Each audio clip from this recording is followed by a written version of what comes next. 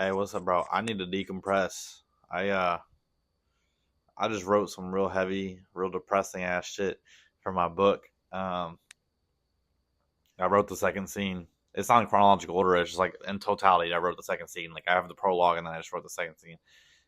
And it's just dark. It's like I finally like understand why a lot of addiction and creativity tend to coincide a lot, right?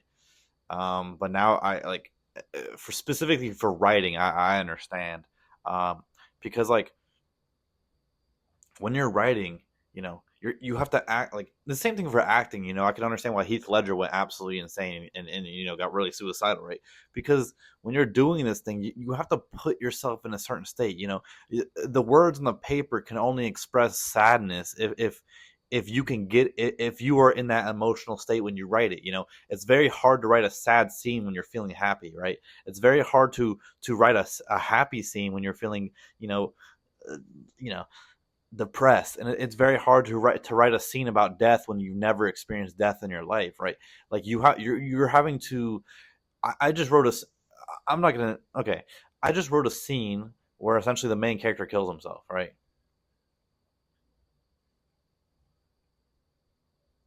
And to get there, I had to go somewhere, right?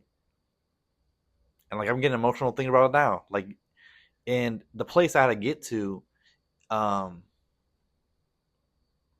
is like, well, scenery wise, just the scenery alone, I had to go back to my childhood home. Like I used that as a reference point, just that scenery. And then emotionally, well, that house has emotions, my childhood home. But then to get to where I was needing to feel, um, I drank a little bit of whiskey and some tequila to tear down that wall a little bit, and I put myself in the shoes of my adolescent self, where I was just really fucking like I was in that state.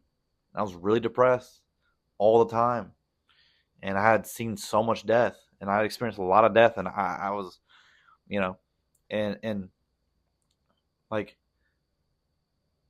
once again, like I didn't even have an intention of writing this scene at all.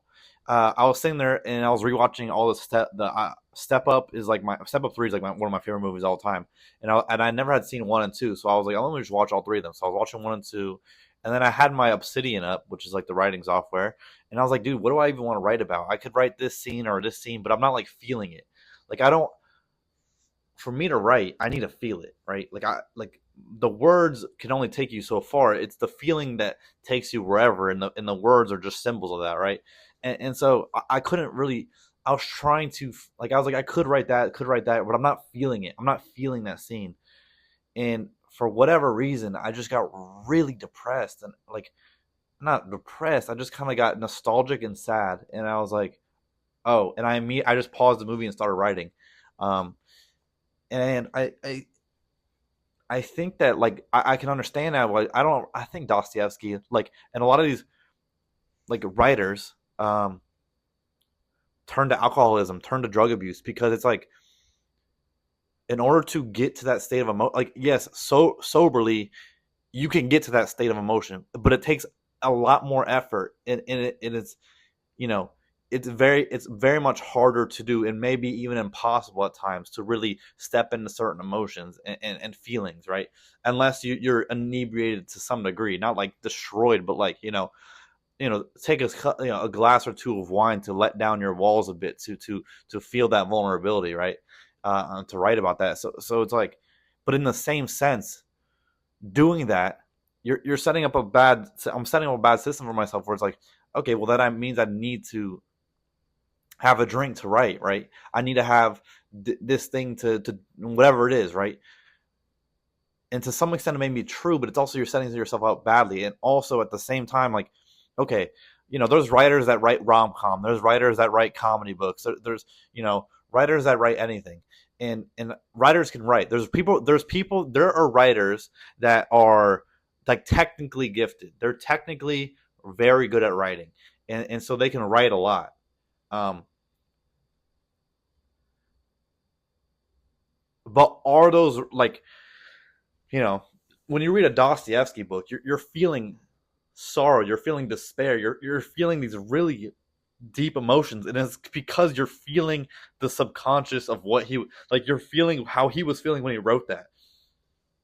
To write despair, you must feel despair, right? And when you're thinking about these very deep emotions, it's very hard to like pretend or feign or do it from a sober state. Like you know, writing an extremely depressed character that doesn't just sound like some DSM-5 shit, right? Like to truly write a character that without all this exposition really feels like a depressed character where you're like, holy fuck, like you can feel that.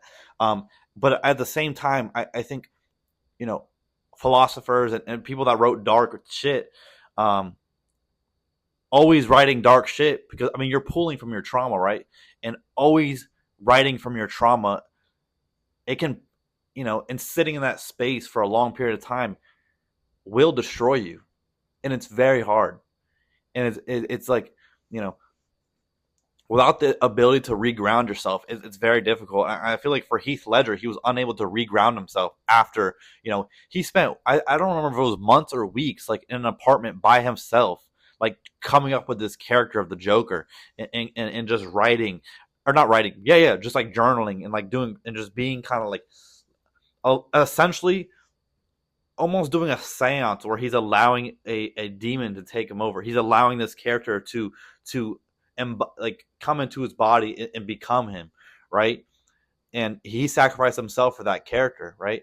And after the character was over, he didn't even get to see the movie released. It took over so much. He didn't even, and he like, because you really have to think to put yourself in the mind of a psychotic person like that. I mean, it takes a lot, right? And so I don't know. I just need to decompress a little bit because I mean, it was a very dark, very dark. I mean, my prologue is dark. This is just a dark book in general. It essentially is an allegory, but I'm not gonna spoil too much. But it's just like, man, because in a way, I'm just reliving my past. Because like when you do anything creative, you're pulling from somewhere, whether you like to believe it or not. But specifically writing, when you're thinking about dialogue, when you're thinking about scenes and settings, you can't just pull this shit out of thin air. Like you're using something as a reference point, right? I can't just like, I'm using my house as a reference point. I'm using like people in my life as characters, right? As references for characters. Like it's very hard to just pull shit. I mean, yeah, there's probably people that are good enough at a certain point where you can just start pulling shit out of thin air. Just like with me with drawing, like a lot of my drawings, I started just pulling. I'm not like, there's no reference for it. I'm just like fucking, I think I can, but I don't know. Writing's a difficult endeavor. So anyways, all to say is like, man, that shit got me. Other than the news, yeah, man, I don't know. Today was a pretty awesome day. I was once again at my old job site again doing some screenings and like just doing this big thing, and so I got to see all my old residents and fellows, and they're all like, "Bro, where you been? Bro, where you been?" And I'd be like, "Yeah, I got transitioned out. I got transferred. I got moved to a different job, and I really like it. It's amazing." And they're like, "But why? Why?" And I can't really tell them. And they're like, "Bro, that blows so much. We miss you so much." So it's bittersweet seeing them.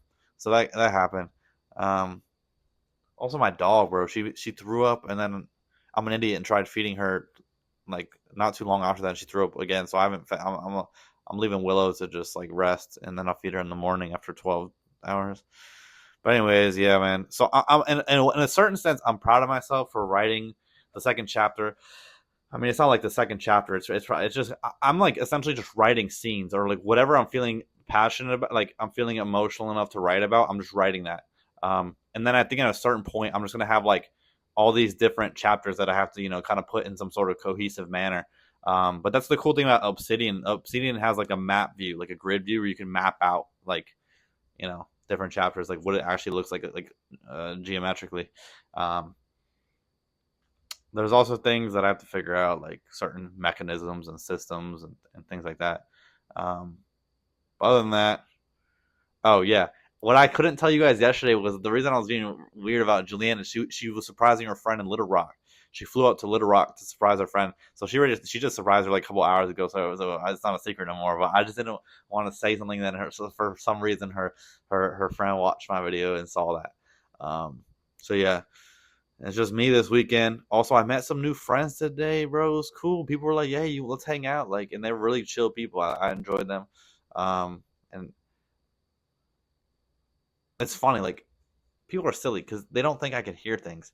Like, I was like this, and then I talked to my coworker on my left, and these two like people were on my right.